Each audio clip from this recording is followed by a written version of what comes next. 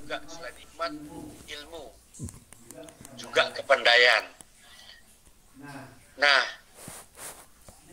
jadi kalau kita menghubungkan antara bahasa Ibrani dengan bahasa Yunani, memang dia mempunyai ruangnya tersendiri ya, karena Ibrani menerjemahkan kebijaksanaan, tapi Yunani menerjemahkan kepandaian. Nah, jadi kita melihat bahwa lebih berarah kepada kebijaksanaan. Ya, kebijaksanaan itu bijaksana ya, selalu tepat. Kalau bijaksana itu selalu tepat. Nah, itu tidak ada kekeliruan. Nah, jadi kalau kita memakai kata kebijaksanaan, maka kita akan mengerti situ ada lapisan, dua lapis mengenai hikmat ini, yaitu menyangkut keadilan dan anugerah. Ya, jadi kalau kita lihat ya, nanti kita bertemu bahwa hikmat Allah itu berhubungan dengan keadilan dan anugerah. Nah, sekarang kita melihat bahwa dalam perjanjian baru, kata hikmat ini itu diarahkan kepada pribadi atau person. Jadi pribadi ini maksudnya orang. Ya, katakanlah Yesus Kristus, dia adalah pribadi. Nah, jadi bukan lagi ilmu, tetapi pribadi. Maka hikmat Allah ini kita akan menuju kepada pribadi Allah. Nah, ini. Nah, jadi kita melihat di sini hikmat kerajaan Allah itu, kita akan melihat bagaimana pribadi Allah itu dinyatakan kepada manusia. Ya. Jadi pribadi Allah itu kekal, hidup, ya, dan juga memiliki kekayaan. Nah, di sini menyangkut pribadi ini, nanti kita akan membaca di dalam Injil Matius 20 sebagai bahan dasar di mana kita mau mempelajari hikmat Allah. Saya bacakan di dalam Injil Matius pasal 20 yang kita ambil sebagai pelajaran untuk mengerti hikmat Allah, hikmat kerajaan Allah, ya maksudnya di situ ya, hikmat kerajaan Allah. Matius 20 ayat yang pertama hingga ayat 16. Nanti kita mendengarkan ayat ini, saya akan membacakannya. Perumpamaan tentang orang-orang upahan di kebun anggur. Adapun hal kerajaan surga sama seperti seorang tuan rumah yang pagi-pagi benar keluar mencari pekerja-pekerja untuk kebun anggurnya. Setelah ia sepakat dengan pekerja-pekerja itu mengenai upah sedinar sehari, ia menyuruh mereka ke kebun anggurnya. Kira-kira pukul 9 pagi ia keluar pula dan dilihatnya ada lagi orang-orang lain menganggur di pasar. Katanya kepada mereka, "Pergi jugalah kamu ke kebun anggurku, dan apa yang pantas akan kuberikan kepadamu." Dan mereka pun pergi. Kira-kira pukul 12 dan pukul 3 petang, ia keluar pula dan melakukan sama seperti tadi. Kira-kira pukul 5 petang, ia keluar lagi dan mendapati orang-orang lain pula. Lalu katanya kepada mereka, "Mengapa kamu menganggur saja di sini sepanjang hari?" Kata mereka kepadanya, karena tidak ada orang mengupah kami.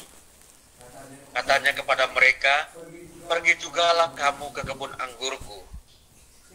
Ketika hari malam, tuan itu berkata kepada mandurnya, panggillah pekerja-pekerja itu dan bayarlah upah mereka, mulai dengan mereka yang masuk terakhir hingga mereka yang masuk terdahulu. Maka datanglah mereka yang mulai bekerja kira-kira pukul 5 dan mereka menerima masing-masing 1 dinar. Kemudian datanglah mereka yang masuk terdahulu, sangkanya akan mendapat lebih banyak, tetapi mereka pun menerima masing-masing 1 dinar juga. Ketika mereka menerimanya, mereka bersungut-sungut kepada tuan itu.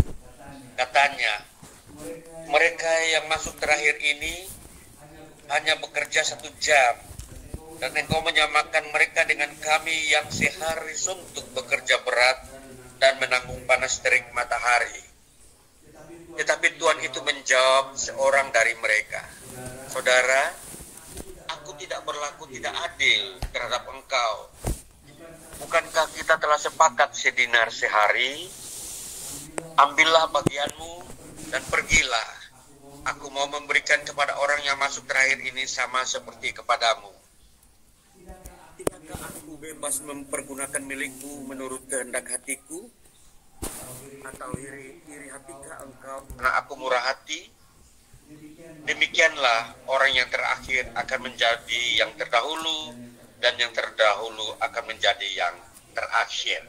Ya, ini firman Tuhan yang saya sudah bacakan dari Injil Matius pasal 20 ayat 1 sampai 16. Di sini kita akan mengertinya berdasarkan hikmat kerajaan Allah. Ya. Di dalam Injil Matius pasal 20 ini kita melihat bahwa di sini ada seorang tuan rumah pemilik kebun anggur. Dia mencari orang yang bekerja di kebun anggur. Nah, dia menemukan pagi-pagi hari orang ini mau bekerja dengan sepakat upah 1 hari bekerja 1 dinar. Jadi kalau 1 hari bekerja itu dari jam 5 pagi sampai jam 5 sore itu disebut 1 hari. Nah, itu kesepakatannya. Lalu kemudian dia keluar pagi-pagi jam 9, pemilik kebun anggur ini dia menemukan orang lagi. Dan orang-orang itu mau bekerja. Dan dia berkata upahnya juga layak. Yaitu dia tidak bilang 1 dinar, tapi memang menurut ketentuan saat itu adalah upah orang bekerja 1 hari itu 1 dinar. Lalu kemudian keluar lagi dia jam 12 siang untuk mencari orang yang bekerja, dan jam 3 sore demikian halnya mereka mau bekerja. Akhirnya yang terakhir yang jam 5 sore ini dia mendapati ada orang yang menganggur dan mereka juga mau diajak bekerja. Nah, semua bekerja memang dalam ukuran 1 hari. Tapi ada yang bekerja sejak jam 5 pagi sampai jam 5 sore. Tapi ada yang baru masuk jam 5 sore, tahu-tahu dia baru 1 jam bekerja, jadi jam 6 sore dia sudah selesai. Nah, ini orang yang terakhir ya. Nah, di sini kita mau belajar mengenai bekerja di kebun anggur ini. Kebun anggur ibaratnya adalah kerajaan Allah. Ya, kerajaan Allah. Jadi orang yang bekerja di dalam kebun anggur ini adalah warga kerajaan Allah. Nah, warga kerajaan Allah ini, mereka tentunya menjadi warga kerajaan Allah itu memiliki waktu yang berbeda. Ya, kalau kita melihat ya, hari ini kasih contoh. Ada orang menjadi Kristen ketika dia berusia 20 tahun. Tapi ada orang juga menjadi Kristen ketika dia berusia 50 tahun. Jadi macam-macam orang menjadi warga kerajaan Allah sesuai dengan panggilan Tuhan. Nah, jadi gambaran mengenai hikmat kerajaan Allah ini adalah menyangkut kebijaksanaannya Allah. Ya. Jadi Allah mempunyai kebijaksanaan untuk memanggil orang bekerja di kerajaannya.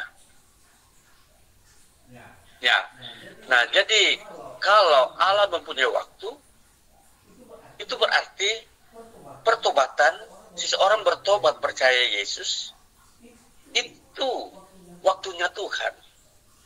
Entah dia bertobat ketika dia sudah umur 50 tahun atau 60 tahun. Dan dia pun ada orang yang bertobat umur 17 tahun. Ya, itu kan berbeda.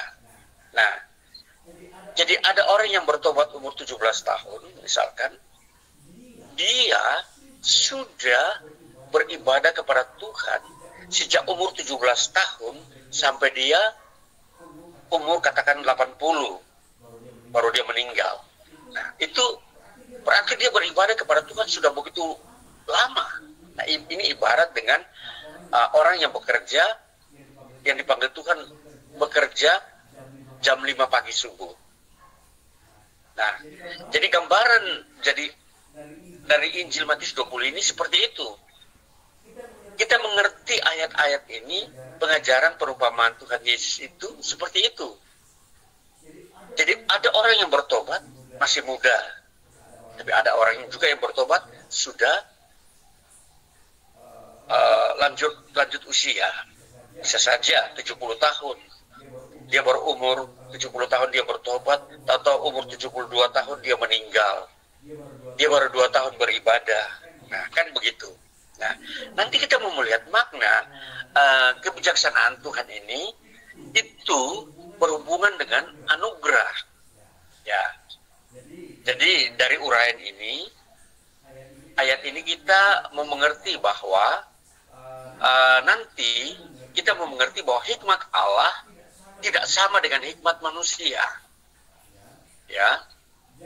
Jadi ini perbedaannya, bahwa manusia menilai bahwa kalau orang bekerja dari pagi sampai sore upahnya kan katakanlah 1 dinar, tetapi yang bekerja hanya 1 jam tidak sampai 1 dinar sebenarnya. Ya, tapi kita melihat bahwa di sini hikmat Allah memakai 1 dinar itu menjadi upah kerja 1 hari. Jadi sekalipun dia bekerja 1 jam, dia tetap mendapat upah 1 dinar. Nah, itu hikmat Allah ini, dia adil. Karena dia bekerja memang dalam 1 hari. Dalam hari yang sama, walaupun dia secara nyata hanya 1 jam. Tapi dia berada di hari yang sama. Nah, itu ya. Jadi ayat ini kita mau melihat bahwa di sini yang mengatur upah ini hikmat Allah. Ya. Jadi mengenai kebijaksanaan kerajaan Allah ini berbicara mengenai upah, ya. Upah ketika menjadi warga kerajaan Allah. Ya, kalau kita sudah belajar materi-materi sebelumnya, upah ketika orang menjadi warga kerajaan Allah ialah dia menjalankan ibadahnya. Dia bekerja untuk kerajaan Allah. Itu disebut bekerja. Nah, sekarang kita mau melihat bahwa hikmat Allah itu berbicara tentang pribadi. Di sini ialah Kristus Yesus. Ya, saya baca di dalam 1 Korintus 1 ayat 30 ya. Ini kita mau melihat bahwa hikmat Allah itu siapa sebenarnya? Hikmat dalam kerajaan Allah itu siapa? Itulah Kristus Yesus. Nah, 1 Korintus pasal 1 ayat 30 bunyinya demikian. Tetapi oleh Dia kamu berada dalam Kristus Yesus, yang oleh Allah telah menjadi hikmat bagi kita. Ia membenarkan dan menguduskan dan menebus kita. Ya, ini ya. Jadi ayat 30 ini dari 1 Korintus pasal 1 ini, bahwa hikmat Allah ini adalah Kristus Yesus. Nah, jadi nanti kita mau melihat bahwa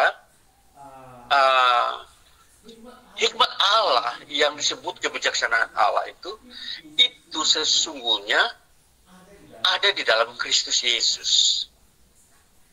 Jadi Kristus Yesus itu begitu memiliki kebijaksanaan. Ya, di dalam kebijaksanaan itu kita bertemu dengan keadilan dan anugerah.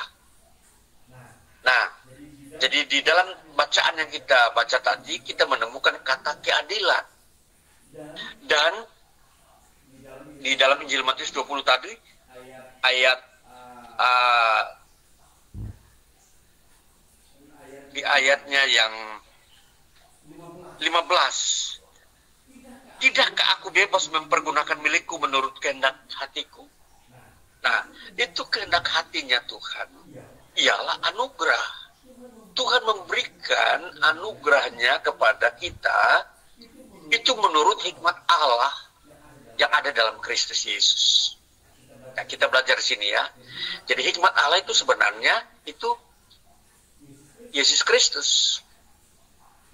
Nah itu di dalam ayat Matius 20 ini kita menemukan kata adil dan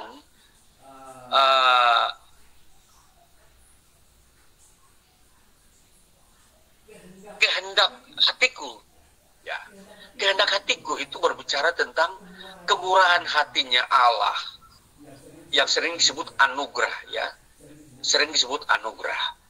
Nah, nanti kita melihat bahwa di dalam 1 Korintus 1 ayat 21 ini memang hikmat Allah tidak sama dengan hikmat manusia. Saya akan baca ayat ini. 1 Korintus 1 ayat 21 bunyinya demikian.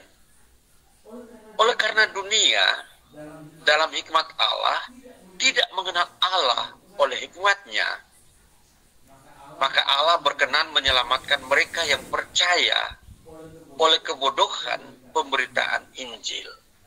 Nah, di sini bahwa hikmat Allah ini adalah pemberitaan Injil. Dan hikmat manusia ini adalah kepandaian manusia. Jadi, manusia yang tidak menerima Injil, mereka ada dalam hikmat manusia. Sedangkan manusia yang menerima Injil, mereka ada dalam hikmatnya Allah. Nah ini. Nah, hikmat Allah ini tentunya Yesus Kristus. Nah, jadi di situ ya. Maka kita ini percaya menerima Injil. Itu berarti sama dengan kita menerima Yesus Kristus. Karena Yesus Kristus mengajarkan Injil. Nah, di sini kita mau melihat bahwa hikmat Allah ini adalah isi daripada kerajaan Allah. Nah, jadi memang ini begitu luas kita pahami, kita harus belajar bahwa hikmat Allah ini adalah Kristus Yesus. Makanya kerajaan Allah itu Yesus Kristus yang memilikinya. Ya, itu ya. Jadi ini sebuah uraian memang bagaimana kita bisa menghubungkan, ya. Karena memang kerajaan Allah itu sebuah tempat yang memang hanya diisi oleh hikmat Allah, tidak ada yang lain. Di dalam kerajaan Allah tidak ada hikmat manusia di sini. Jadi hikmat manusia ini dianggap kebodohan di dalam kerajaan Allah. Nah, itu ya. Jadi kita di dunia ini kita ada di dalam hikmatnya Allah. Nah, jadi hikmat manusia tidak dipakai dalam kerajaan Allah, sekalipun kita ada di dalam dunia ini. Nah, jadi hikmat manusia yang ada di dunia ini tidak dipakai di dalam hikmat Allah. Nah, hikmat manusia ini apa saja? Kita tahu banyak manusia mempunyai pengetahuannya, banyak orang belajar tentang ilmu pengetahuan yang ada di alam ini, ya, mulai dari ilmu filsafat, ilmu alam semesta, ilmu luar angkasa, ilmu tentang manusia, ya, itu disebut ilmu semua itu yang bisa mengisi hikmat manusia, ya, ilmu hitung-hitungan, matematika, ya. Jadi semua pengetahuan di alam ini itu hanya mengisi hikmat manusia. Nah, jadi di dalam kerajaan Allah itu tidak ada hikmat manusia ini yang manusia pelajari di alam ini. Makanya di dalam kerajaan Allah yang dipelajari adalah Injil atau kebijaksanaan Allah atau kekudusan Allah. Nah, itu yang kita ketahui, yang kita temukan. Jadi sekalipun kita di dunia ini, kita yang menerima Injil, kita diisi oleh hikmat Allah. Ya. Jadi hikmat Allah ini dia lebih tinggi daripada hikmat manusia. Nah, karena hikmat Allah ini bersumber dari Allah, dari surga. Sedangkan hikmat manusia ini dari bawah, dari dunia ini. Ya, jadi hikmat manusia kita sudah tahu ya, ilmu kesehatan, ilmu bisnis, ilmu agama, ya, ini banyak manusia menciptakan bagaimana manusia itu memiliki moral. Nah, di sini tergolong dalam hikmat manusia. Sedangkan hikmat Allah menyangkut bagaimana Allah itu menyelamatkan kita dari dosa. Nah, ini bagaimana Allah bekerja dengan penuh kasih bisa menyelamatkan kita dan mengampuni dosa kita. Nah, itu bentuk hikmat Allah, ya. Jadi kita yang sudah percaya Yesus, di dalam diri kita ada hikmat Allah. Artinya ada Kristus Yesus. Maka hikmat Allah itu berisikan juga kita memiliki keadilan juga. Sifat-sifat adil ada pada kita. Nah, karena hikmat Allah ini dia bersifat pribadi, yaitu Kristus Yesus ini. Jadi Kristus Yesus tinggal di dalam hati kita yang isinya mengenai kebijaksanaan dan keadilan dan keselamatan. Nah, itu. Jadi kita yang mau mengerti, belajar tentang hikmat kerajaan Allah, maka kita harus sadar bahwa kita ketika percaya kepada Yesus Kristus, menerima Dia, mendapatkan pengampunan dosa, maka Kristus Yesus tinggal di dalam pribadi kita yang berbentuk pribadi ini yang disebut hikmat Allah. Maka di sini hikmat ini memerintah kita. Jadi kita yang mempunyai hikmat manusia ini sudah diatur oleh hikmat Allah ini. Nah, jadi karena hikmat Allah ini sekali lagi hikmat Allah ini fungsinya untuk keselamatan kita yang kekal, ya. Sedangkan hikmat manusia ini hanya untuk kehidupan kita di dunia ini, menyangkut kita makan, bekerja, dan juga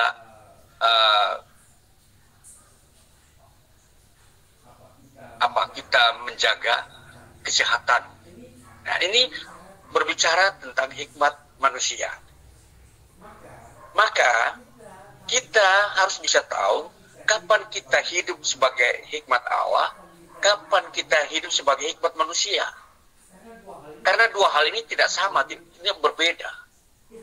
Ketika kita mau masuk ke surga, maka kita ada dalam hikmat Allah. Maka kita percaya kepada Yesus Kristus. Kita beriman kepada Yesus Kristus. Nah, itu untuk tujuan kita ke kerajaan Allah. Sedangkan ketika kita masih hidup di dunia ini, kita membutuhkan hikmat manusia, itu pengetahuan kita tentang bagaimana kita bekerja, bagaimana kita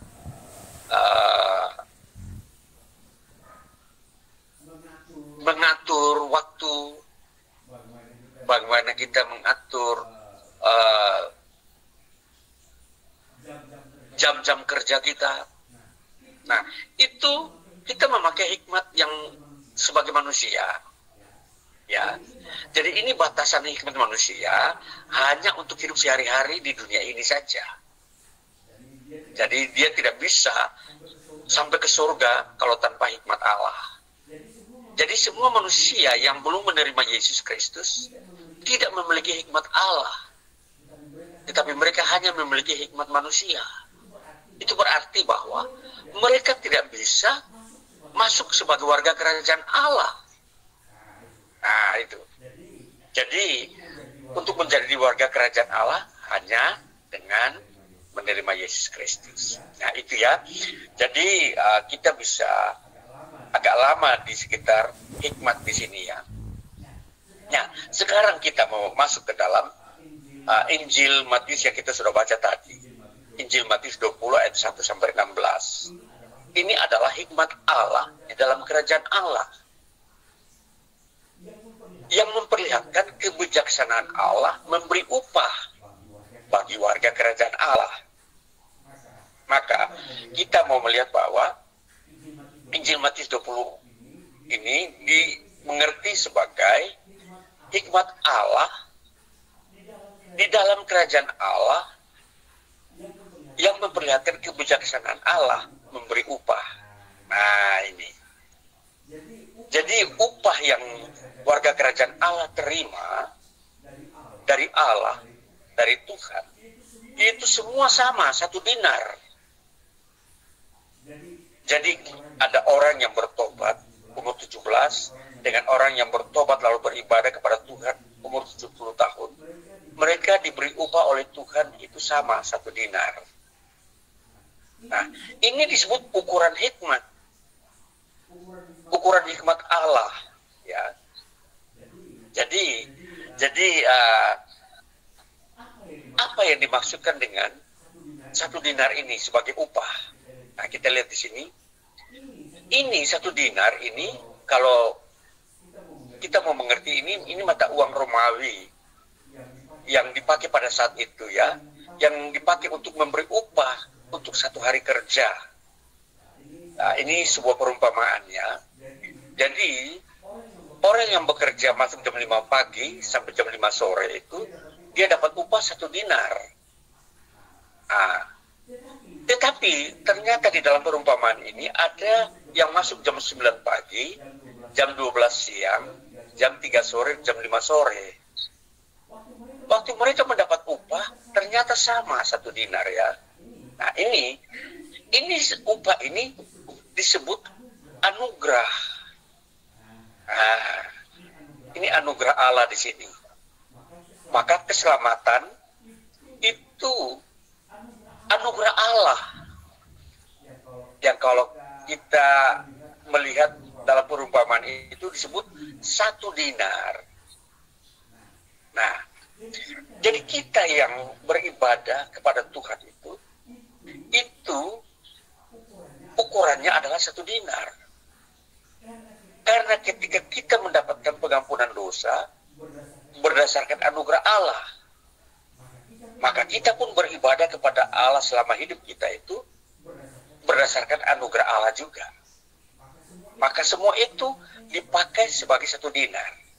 Nah, nanti kita melihat upah satu dinar ini apa. Kita lanjut. Kita lihat bahwa upah satu dinar ini adalah mahkota, ya, mahkota yang kita terima dari Allah. Ya, nanti kita melihat bahwa kita mau mengerti dulu satu hari ini yang kita lihat ini sebagai satu hari kerja ini itu dimaknai sebagai satu generasi warga kerajaan Allah. Ya, kalau kita lihat bahwa satu generasi ini di mana itu adalah satu periode dari Yesus Kristus datang sampai ia datang kembali waktu Yesus Kristus lahir ke dunia sampai nanti dia datang kembali kedua kali, itu disebut satu generasi warga kerajaan Allah. Nah, itulah sebabnya itu disebut satu generasi. Ini sebuah nubuatan disebut satu hari. Nah, sedangkan satu dinar itu sama dengan atau diartikan sebagai anugerah Allah. Ya, jadi kita yang bekerja atau beribadah kepada Tuhan itu upahnya semuanya satu dinar. Sama. Jadi setiap orang di muka bumi sejak mulai Yesus lahir di Yerusalem 2000 tahun yang lalu, ya, waktu Yesus mati dan banyak orang percaya kepada Yesus, mereka punya upah sama dengan kita ketika kita menerima upah dari Tuhan, yaitu satu dinar.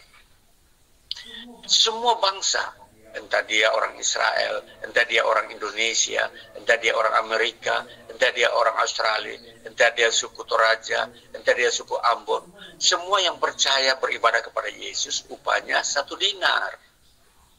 Ya, itu ya. Jadi kita belajar di sini bahwa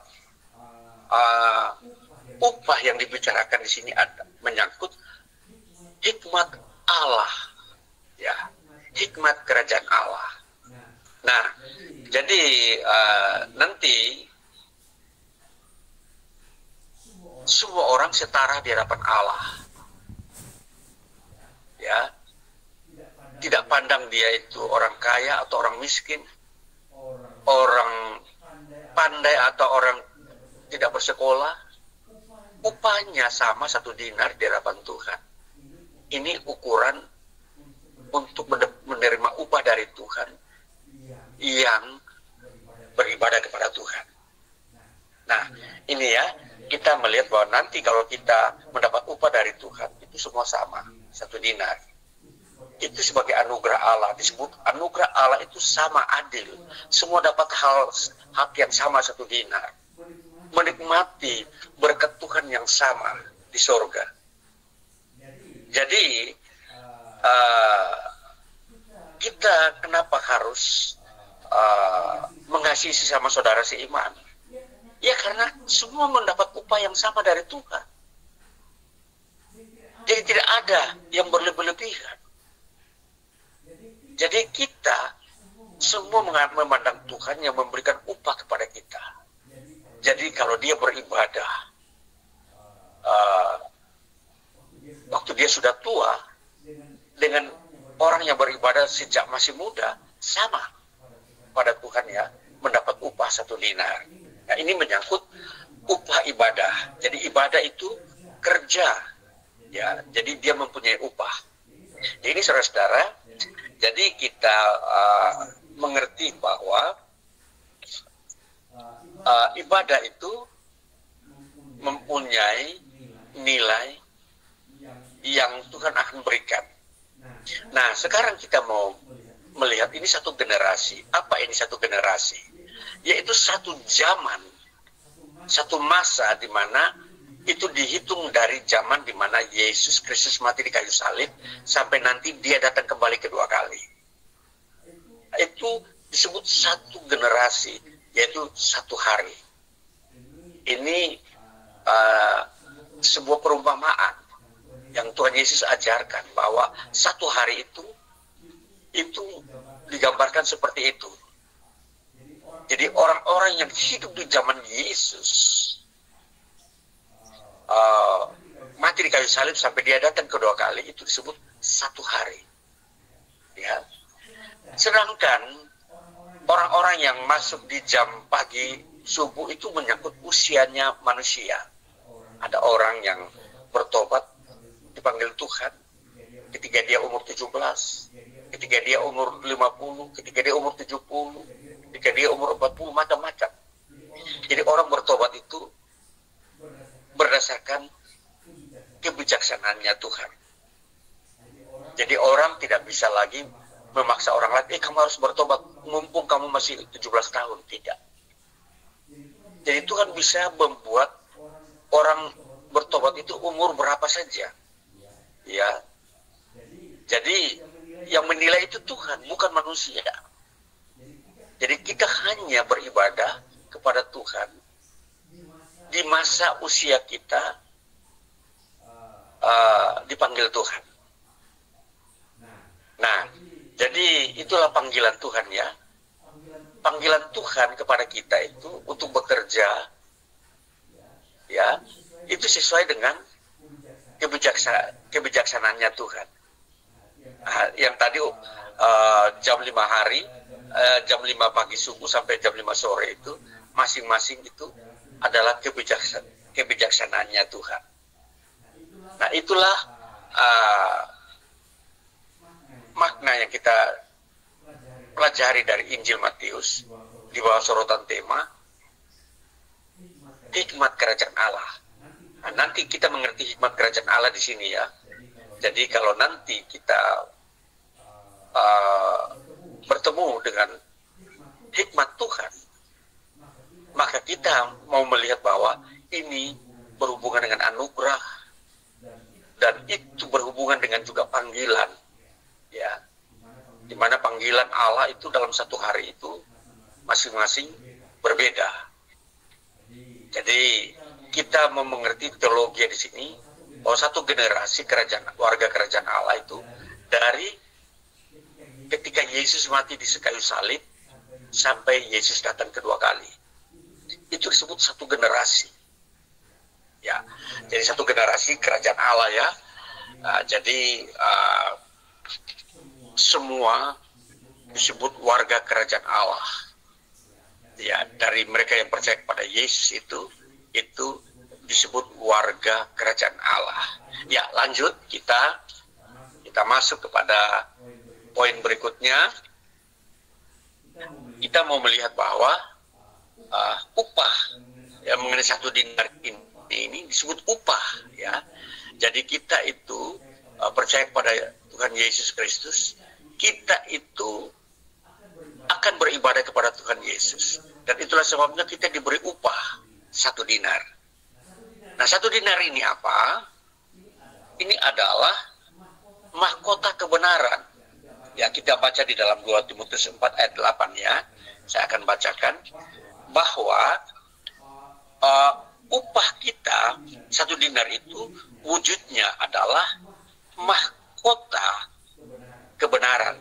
2 Timotius 4 ayat 8. Saya baca.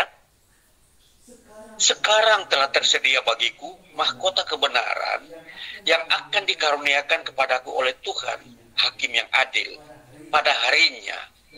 Tetapi bukan hanya kepadaku, melainkan juga kepada semua orang yang merindukan kedatangannya.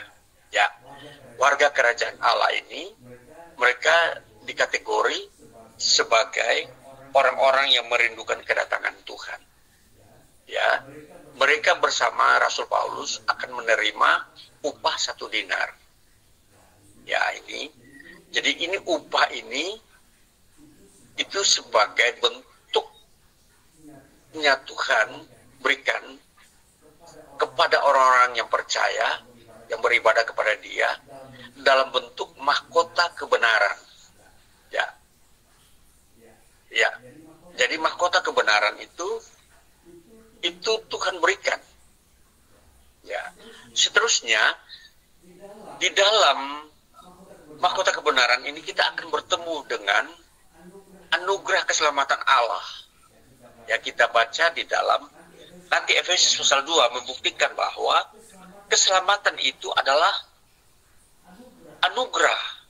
Ya, itu anugerah keselamatan yang nanti diwujudkan dengan mahkota kebenaran. Efesus 2 ayat 8 bunyinya demikian. Sebab karena kasih karunia kamu diselamatkan oleh iman. Itu bukan hasil usahamu, tetapi pemberian Allah. Nah, jadi mahkota kebenaran itu sifatnya nanti disebut sebagai anugerah keselamatan Allah. Nah, kita menemukan akhirnya keselamatan itu dia berbentuk upah 1 dinar. Dan wujudnya tadi kita sudah lihat mahkota kebenaran. Jadi itu kita terima. Jadi setiap orang menerima dari Tuhan itu mahkota kebenaran karena dia percaya kepada Yesus. Ya. Jadi perhatikan, jadi ini sungguh menarik bagi kita ya. Ketika kita masuk surga, kita yang percaya kepada Yesus menerima upah dari Tuhan ini. Ini 1 dinar. Dan dia berwujud mahkota kebenaran yang dikenakan di kepala kita. Nah, jadi mahkota itu diletakkan di kepala. Dan itu, nah ini ya, ini anugerah keselamatan, mahkota kebenaran ini upah karena kita beribadah kepada Yesus Kristus. Maka ini kalau kita memperhatikan bahwa ibadah kita itu tidak sia-sia karena dia menghasilkan upah. Jadi kalau orang beribadah sepanjang dia hidup di dunia ini, dia harus yakin tahu bahwa dia akan mendapatkan ini dari Tuhan. Nah, ini Tuhan yang memberi. Maka kalau kita sadar kita mendapatkan ini dari Tuhan, kita pasti dengan setia ya beribadah. Nah, jadi ibadah itu di mana kita lakukan sepanjang kita hidup di dunia itu mempunyai nilai ya. Jadi kalau ada orang mau meninggalkan ibadah karena hal-hal yang memang menyangkut duniawi ini, betapa rugi dia. Dia kehilangan ini, mahkota kebenaran. Jadi perhatikan di dunia ini, kalau ada orang meninggalkan ibadah atau tidak mau beribadah, itu sama dengan dia tidak mau menerima ini. Berarti apa? Kehilangan keselamatan. Karena keselamatan ini itu selalu berhubungan dengan mahkota kebenaran. Jadi ketika kita masuk surga selamat, itu kita otomatis menerima mahkota ini. Nah, jadi keselamatan ini yang menjadi hubungan erat dengan mahkota ini ya. Nah, jadi kembali kita lihat semua ini, ayat ini nanti kita temukan lagi. Kalau kita melihat bahwa dalam teks bahasa Yunani, ya anugerah itu, ya anugerah ini disebut charis ya. Bahasa Yunani nya ini. Artinya, jadi kalau anugerah ini adalah kemurahan hati, artinya Tuhan yang memberi dengan kemurahan hatinya, bukan karena kita atau kekuatan kita. Jadi ibadah itu adalah sebuah kekuatan dari Allah yang ada di dalam kita, sehingga ibadah itu adalah anugerah yang kita kerjakan.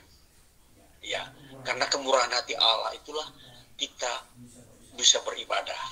Nah, jadi di sini kita mau mengerti tentang pelajaran kita hari ini mengenai hikmat kerajaan Allah ya. Jadi tentunya kita mengerti semua itu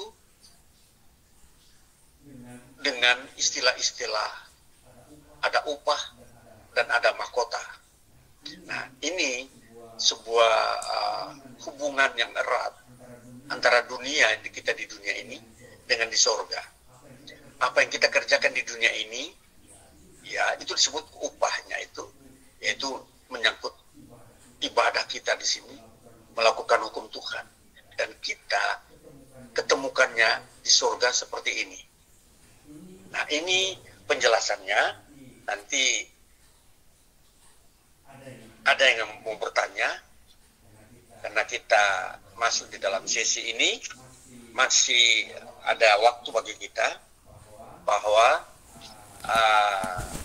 hubungan ibadah dengan kita menerima upah sebagai mahkota kebenaran dari Tuhan, itu kira-kira ada yang bisa memahami dengan baik atau bisa menerima pemahaman ini dengan baik.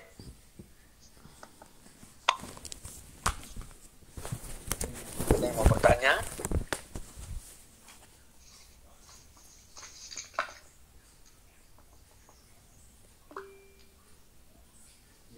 Ya, oke. Silakan. Ya. Yang mau bertanya, boleh. Saya Ritsa. Epi. Saudari Ritsa, boleh, silakan. Iya, Pak. Baik, terkait penjelasan tentang hikmat dari Allah ini, Pak, ya, tentang hikmat kerajaan surga ini. Berarti saat manusia percaya kepada Yesus Kristus, terus kemudian dia tidak beribadah, apakah dia akan kehilangan mahkota ini, ya Pak, ya? Yang dimaksudkan ini mahkota kebenaran ini, Pak, ya? Itu saja, Pak. Ya.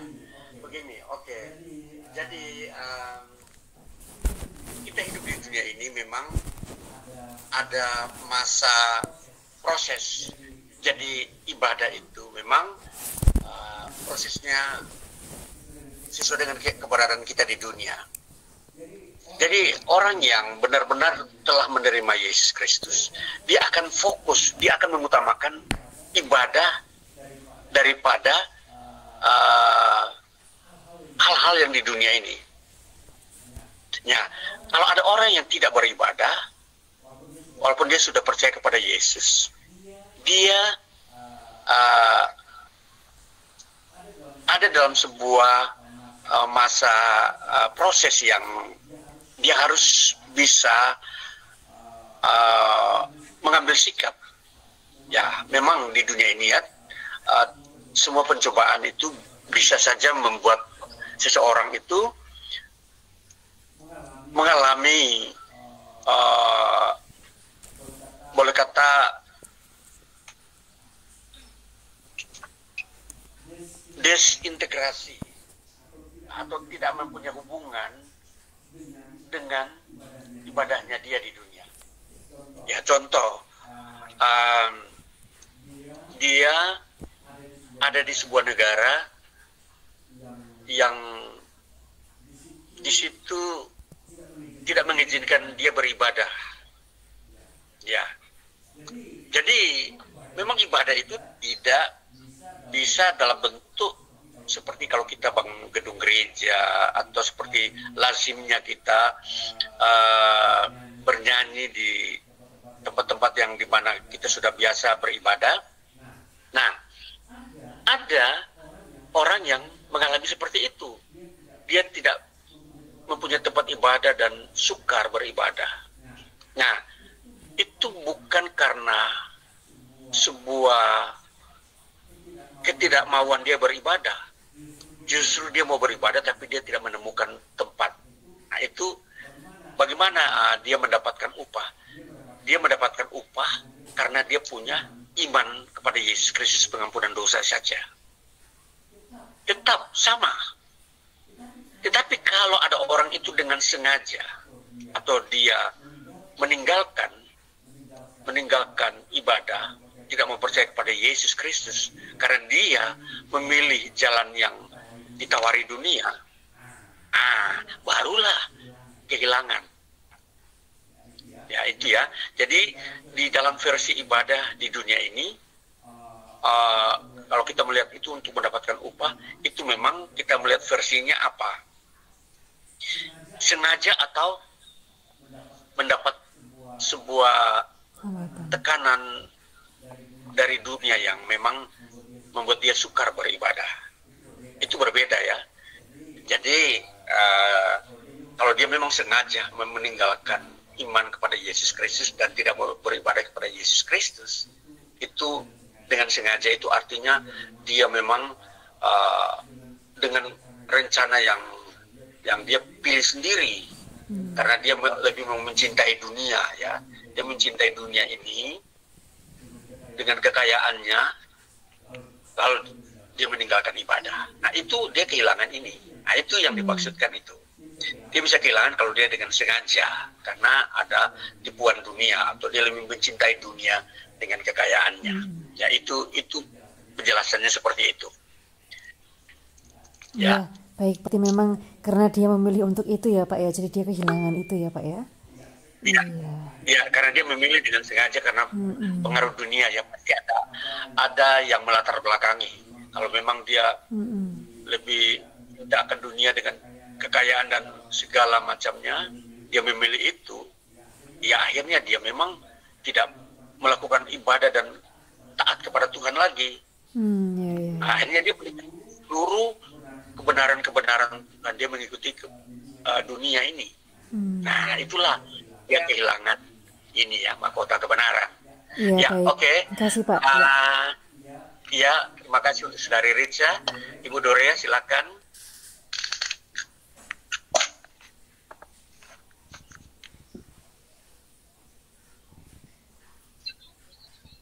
Shalom, terima kasih Shalom, Pak. ya, ini yang ingin saya mengerti itu berkaitan tentang mahkota kebenaran itu seperti apa ya Pak ya? Itu kan simbol rohani ya buat kita yang percaya kepada Tuhan Yesus, yang menanti kedatangannya, terus itu upah kekal gitu ya. Nanti apakah seperti kita menggunakan mahkota tapi sifatnya roh, atau bagaimana ya Pak ya, lebih spesifik tentang mahkota kebenaran itu? Ya, baik, terima kasih ya Ibu Dorea ya. Ya, wujud atau spesifikasi yang ditanyakan mengenai mahkota kebenaran. Ya, memang kita di dalam memaknai mahkota kebenaran ini, yang kita lihat ini mahkota, ini berbicara tentang kemuliaan ya, ini kemuliaan. Jadi bentuknya kita tidak bisa ukur seperti apa yang ada di dunia ini, seperti kalau kita melihat mungkin ini terbuat dari emas kah, emas 24 karat kah, ya kita tidak bisa mengukur dalam bentuk fisik di dunia ini. Tetapi kalau mahkota kebenaran ini Tuhan yang memberi, ya itu berarti semua itu menyangkut kemuliaan Tuhan. Jadi kemuliaan Tuhan itu menyangkut hal-hal yang menyukakan hati Tuhan. Artinya di sini hal rohaninya itu berbicara tentang kita layak di hadapan Tuhan. Kita disambut Tuhan dengan penuh kasih dari Bapa kepada anak-anaknya. Nah ini memang pendekatan yang dipakai mahkota ini untuk kita dapat mengerti saja tentang hal di surga yang mulia, yang tentunya dikenakan di kepala kita itu pasti dalam bentuk ketika kita hidup di surga. Itu kita sebagai manusia yang masuk ke surga, itu pun kita diberikan manusia rohani yang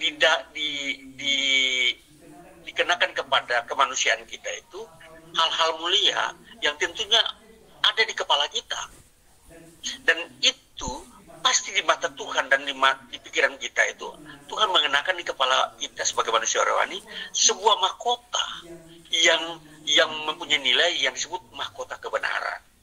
Nah, pasti kita dikenakan manusia rohani kita. Jadi kemanusiaan kita di dunia ini yang fisik ini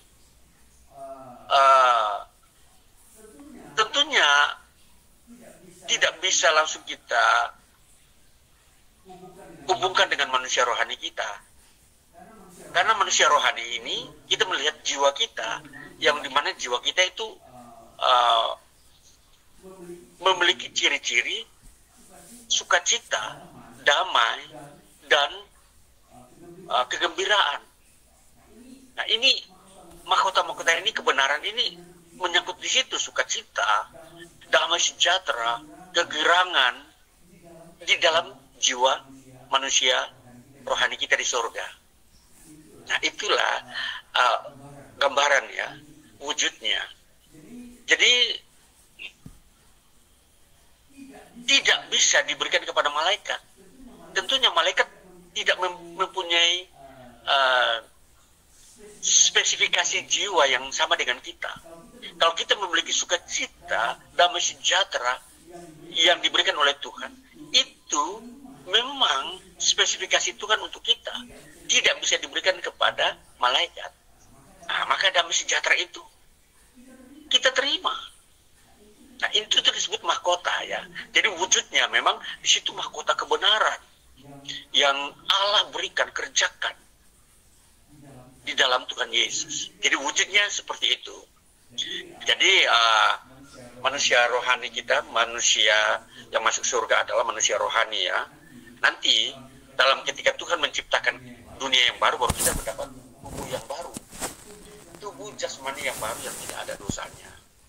Kalau masih di surga, kita disebut manusia rohani ya, manusia roh yang memang semua kita mempunyai pengertian, mempunyai perasaan, mempunyai mata melihat semua, tetapi itu bentuknya manusia rohani ya. Jadi kita memaknai ini keadaan di surga ini ya, ini di surga. Nah, nanti kita belum menuju kepada dunia baru. Nanti kita ketika belajar tentang masa kekekalan, baru kita menuju kepada dunia baru. Ya, ini kita masih berbicara tentang kita berubah dari dunia ke surga. Jadi ini nanti ada kelanjutannya. Setelah di surga baru kita dipindahkan Tuhan ke dunia baru. Di sini nanti dunia baru itu di sini. Ini masih di surga ya. Ini kita bicara ini surga. Jadi surga ini adalah proses di mana kita mendapat upah dulu ketika kita di bumi di sini. Ini disebut peta zaman ya. Kita ada di dalam, nanti kita belajar tentang peta zaman.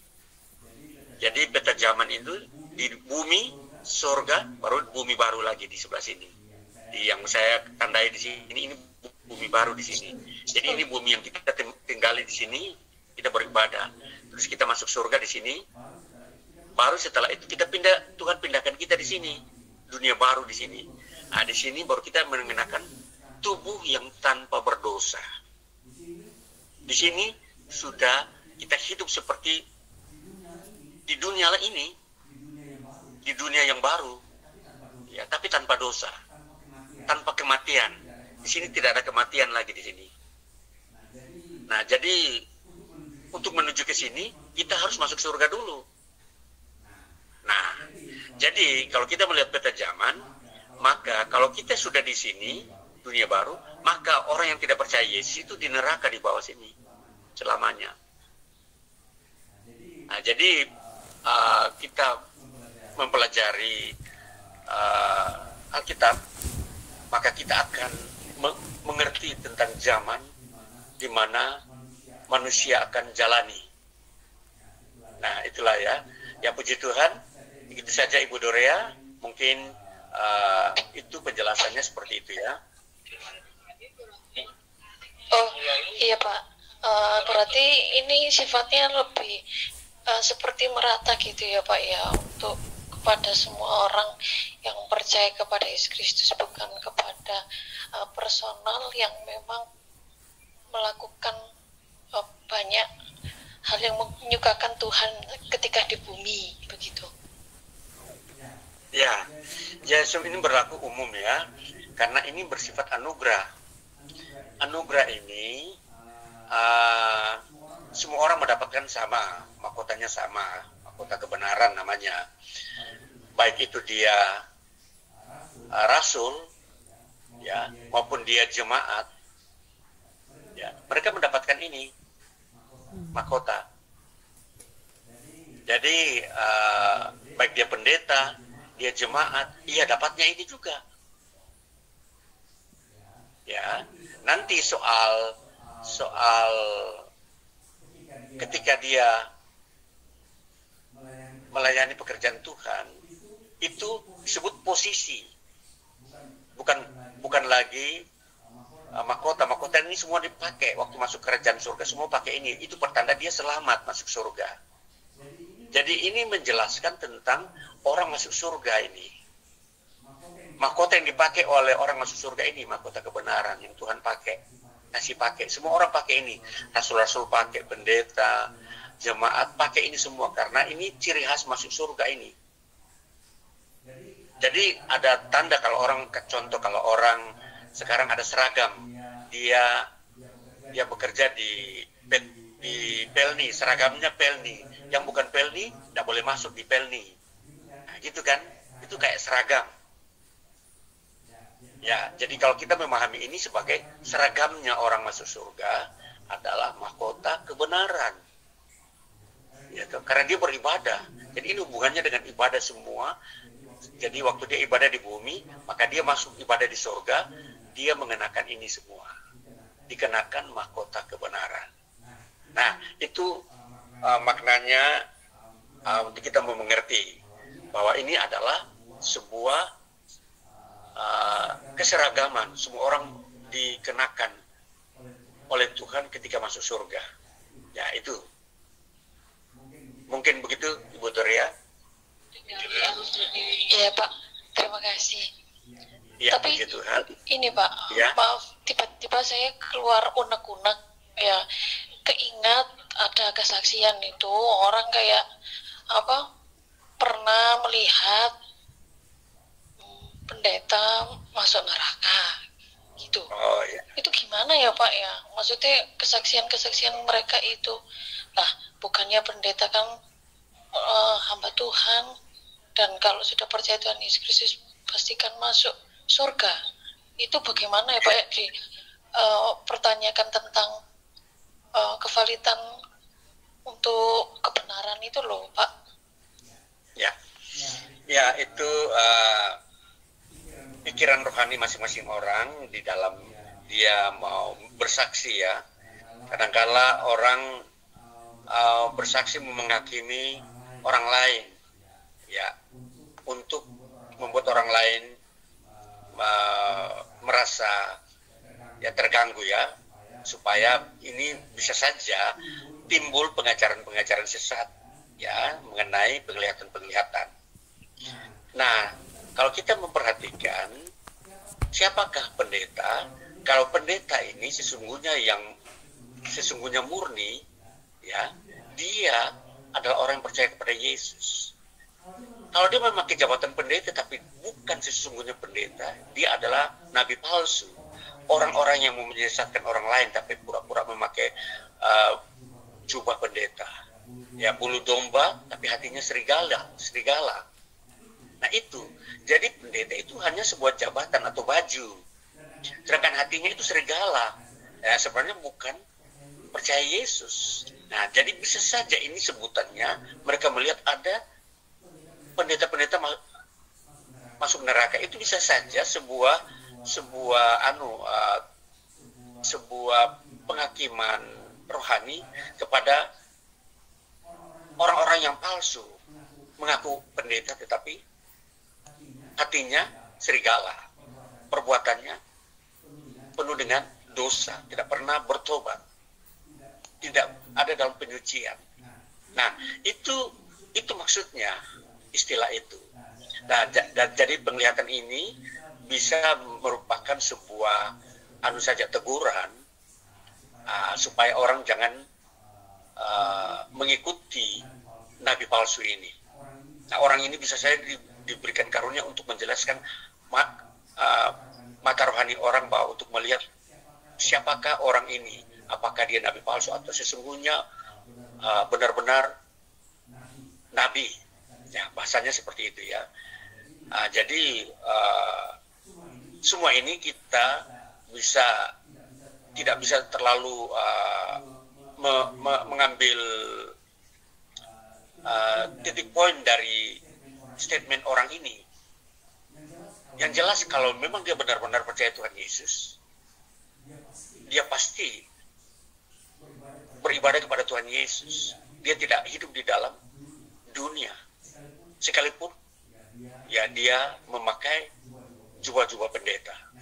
Nah, jadi bahasa di sini memang kalau kita melihat pengajaran Tuhan Yesus, waspadalah terhadap nabi palsu. Nabi palsu itu apa? Mereka memakai jubah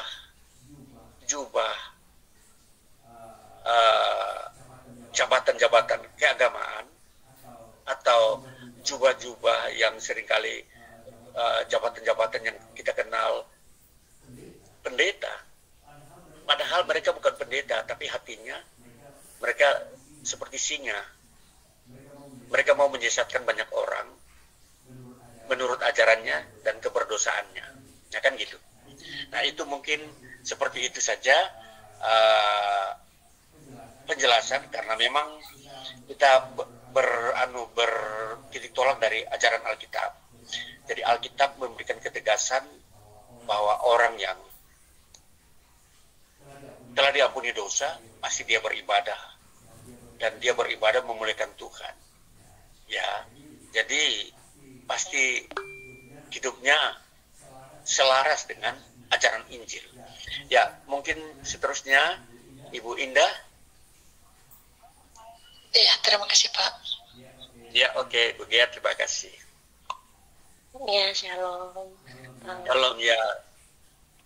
Bapak Pendeta mau tanya, mungkin agak keluar dari konteks, tapi kebetulan ada kenalan sama seseorang yang mengalami kepahitan terhadap gereja, sehingga dia memiliki pandangan bahwa ke gereja beribadah itu saat Natal atau Paskah aja. Bagaimana cara kita memulihkan orang tersebut, karena kan kita ini termasuk orang yang dekat dengan dia. Bagaimana kita cara untuk memulihkan dia agar tetap mau ibadah meskipun ada kepahitan terhadap gereja itu. Karena menurut beliau kalau datang ke gereja itu hanya untuk memberikan perpuluhan atau memberikan persembahan yang berupa uang, sehingga dia menganggap bahwa ke gereja itu hanya untuk membuat kaya pendeta gitu. Cara kita untuk menyikapinya, menggiring dengan baik sehingga dia tidak merasa tersinggung, terpulihkan dan mau untuk ke gereja lagi beribadah, itu apakah ada step-stepnya atau bagaimana pendekatannya? Terima kasih. Ya baik ya. Terima kasih Bu Indah pertanyaannya. Ya, memang kasus-kasus di dunia ini berhubungan dengan ibadah memang banyak ya. Salah satunya ya begitu ya, ada seseorang yang mempunyai kepahitan karena ada perpuluhan yang diharuskan untuk dibayar oleh setiap atau dipersembahkan oleh setiap jemaat ya. Ya memang step-step untuk mengarahkan orang ini beribadah, memang ya kita memberikan penjelasan bahwa beribadah walaupun tidak memberikan perpuluhan pun tidak berdosa. Dan bisa saja walaupun pendeta menganjurkan atau menegaskan untuk setiap orang harus memberikan perpuluhan, sedangkan dia tidak, ya tetap saja beribadah dan bisa saja berdoa kepada Tuhan untuk menyampaikan bahwa ya biar dia dapat beribadah dengan baik. Ya itulah yang kita anjurkan untuk menasihati, bimbing orang-orang tersebut. Ya, jadi memang membimbing orang tersebut untuk kembali beribadah lagi, memang ada sebuah nasihat-nasihat rohani ya, pandangan-pandangan yang benar, yang netral. Katakanlah perpuluhan itu boleh kita memberi pada saat kita memiliki kemampuan untuk memberi. Ya, tapi kalau kita tidak mempunyai kemampuan, tetap saja beribadah. Kita dapat mengerjakan ibadah itu dengan setulus-tulusnya. Ya, mungkin tahapan itu, tahapan yang kedua, kita harus memberikan juga penguraian atau pengajaran bahwa kita beribadah itu mempunyai hubungan dengan pengajaran ini, bahwa kita sedang bekerja bagi kerajaan Allah. Jadi beribadah itu menyangkut kita akan mempunyai upah, karena ibadah itu sendiri kita sedang melakukan pekerjaannya Tuhan. Jadi memang ini pengajaran Alkitab ini menyangkut ibadah ini berbeda dengan pengajaran orang-orang yang atau agama lain. Karena di dalam kekristenan ibadah itu adalah bekerja bagi Allah, bagi Tuhan. Nah, sehingga betapa pentingnya kita harus mengerti tentang ibadah itu. Nah, jadi kalau kita sudah mengerti ibadah itu adalah bekerja, maka apapun kondisi di dunia ini, kita tidak boleh disingkirkan dari ibadah kita. Apapun kondisi dunia, apakah itu menyangkut perpuluhan, kita belum mampu, tapi kita tetap beribadah. Dan tentunya kita tetap berdoa kepada Tuhan kalau boleh. Kita berbuat kebaikan dalam pekerjaan Tuhan, memberikan perpuluhan, di mana Tuhanlah yang lebih dahulu membuka kesempatan untuk kita bisa memberi. Ya, itu dari Tuhan dulu.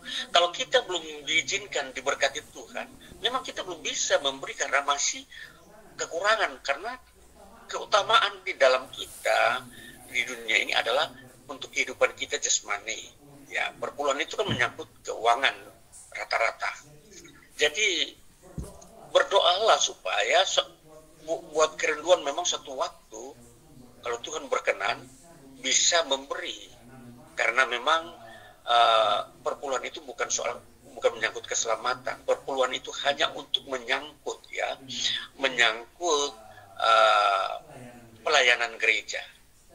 Tapi kalau ada pandangan orang bilang hanya untuk memperkaya pendeta, nah itulah yang sebabnya berarti pendeta belum bisa menerapkan manfaat daripada perpuluhan. Karena perpuluhan itu secara adil itu dipergunakan untuk kemajuan pekerjaan Tuhan. Termasuk ibadah jemaat itu supaya bisa berjalan lancar. Perpuluhan itu dimanfaatkan untuk jemaat beribadah. Nah, itulah maksudnya. Jadi pemahaman inilah yang nanti diarahkan kalau memang dia belum menemukan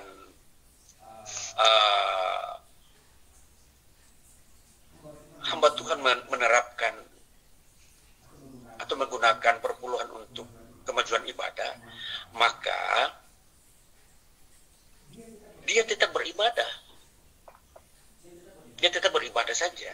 Memang soal hal-hal seperti itu, memang nanti Tuhan yang menegur ya. Tuhan yang berbicara kepada mereka agar mereka itu bertobat dari kesalahannya. Ini sebuah kesalahan memang. Kalau perpuluhan hanya untuk memperkaya diri pendeta, bukan untuk kemajuan ibadah jemaat. Jadi ibadah jemaat itu adalah bagaimana memuji Tuhan, menyembah Tuhan. Bukan saja sekedar mereka bawa persembahan, tetapi persembahan itu dimanfaatkan untuk jemaat datang beribadah lagi. Ya, itulah rotasinya ya. Jadi kalau kita mengukur persembahan itu bukan lari ke arah yang salah, tapi persembahan itu arahnya lari untuk beribadah lagi. Jadi yang belum mampu beribadah karena dia nggak punya transportasi uang, itu dipakai dari perpuluhan itu untuk menolong jemaat yang tidak bisa datang beribadah karena tidak punya transportasi uang, katakanlah gitu ya. Nah, itu tujuannya seperti itu. Maka kalau ada yang belum paham, memang inilah yang menjadi satu langkah maju untuk memahami tentang perpuluhan. Jadi jemaat yang tersebut biarlah harus datang ibadah lagi. Walaupun ada ketegasan memberikan perpuluhan, tidak mampu memberi, tetap beribadah. Karena fungsi ibadah itu untuk upahnya dia. Jadi dia untuk melihat dirinya jangan sampai terkendala karena ada ketentuan upah lalu dia tidak beribadah, ketentuan perpuluhan lalu dia tidak datang beribadah. Jangan ya, itu sangat merugikan dirinya sendiri, karena ibadah dia sendiri itu berhubungan dengan upahnya dia sendiri dengan Tuhan. Ya, itulah sebabnya memang ibadah itulah seringkali ada banyak kekurangannya ya. Banyak orang belum paham. Itulah sebabnya perlu belajar ini. Kita belajar ini supaya kita mengerti ibadah itu apa, sehingga jangan seorang pun menghambat orang lain beribadah. Kalau memang apa boleh, kalau dia memang tidak bisa sama sekali karena memang berat untuk dijalani, katakan dia di hutan, dia di perjalanan jauh, dia tidak bisa mengunjungi tempat ibadah, apa boleh buat. Tapi kalau dia dalam kota, kan banyak tempat ibadah, dia bisa datang beribadah kepada Tuhan di satu tempat yang dia merasa menikmati ibadah kepada Tuhan. Ya, mungkin itu saja Ibu Indah ya, penjelasan bahwa step-stepnya seperti itu. Ya, mungkin ya yang lain atau bagaimana? Ada tanggapan selanjutnya? Ya, kita sudah ada di 8:30, berarti di Sulawesi sudah 9:30 ya. Jadi kita mungkin tutup di sini dulu karena memang jam ini sudah agak malam, maka kita bisa tutup di waktu ini. Mungkin penjelasan ini sudah bisa membuat kita mengerti ya, bahwa memang ibadah itu ada bagian daripada hikmat kerajaan Allah. Ya, kita berdoa ya untuk menutup kelas pemuritan kita. Kita berdoa.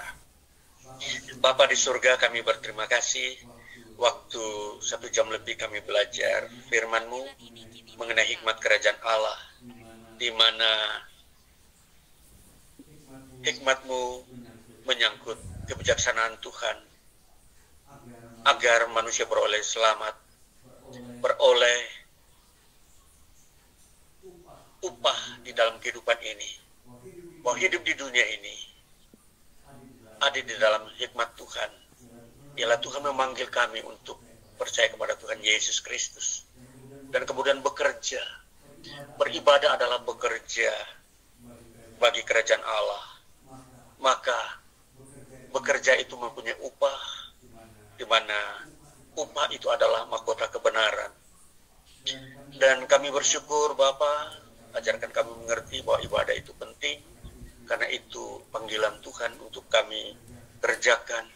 Maka setiap anak-anak-Mu yang belajar kelas pemuritan ini memiliki wawasan yang semakin luas bahwa ibadah itu adalah panggilan Tuhan untuk bekerja di dalam kerajaan Allah.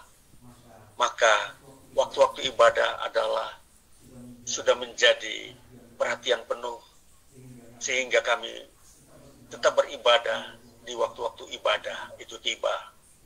Dan kami dapat mempersembahkan hidup doa dan segala permohonan dan kemuliaan kepada Tuhan dalam ibadah kami. Maka dalam kesempatan ini pun kami mempersembahkan doa kemuliaan kepada Tuhan yang telah memberkati kami di dalam kelas pemuritan ini. Kami belajar sehingga kami menemukan kebenaran-kebenaran hidup. Kami diperkuat, diperteguh, diperkokoh di dalam kebenaran-Mu Tuhan Yesus. Berkatilah anak-anak-Mu ini. Berkati Ibu Foni yang juga terus belajar. Berkati Ibu Yosepin. Berkati Ibu Berta. Berkati juga Ibu Indah. Berkati Ibu Gea, Dorea. Berkati Saudari Richa.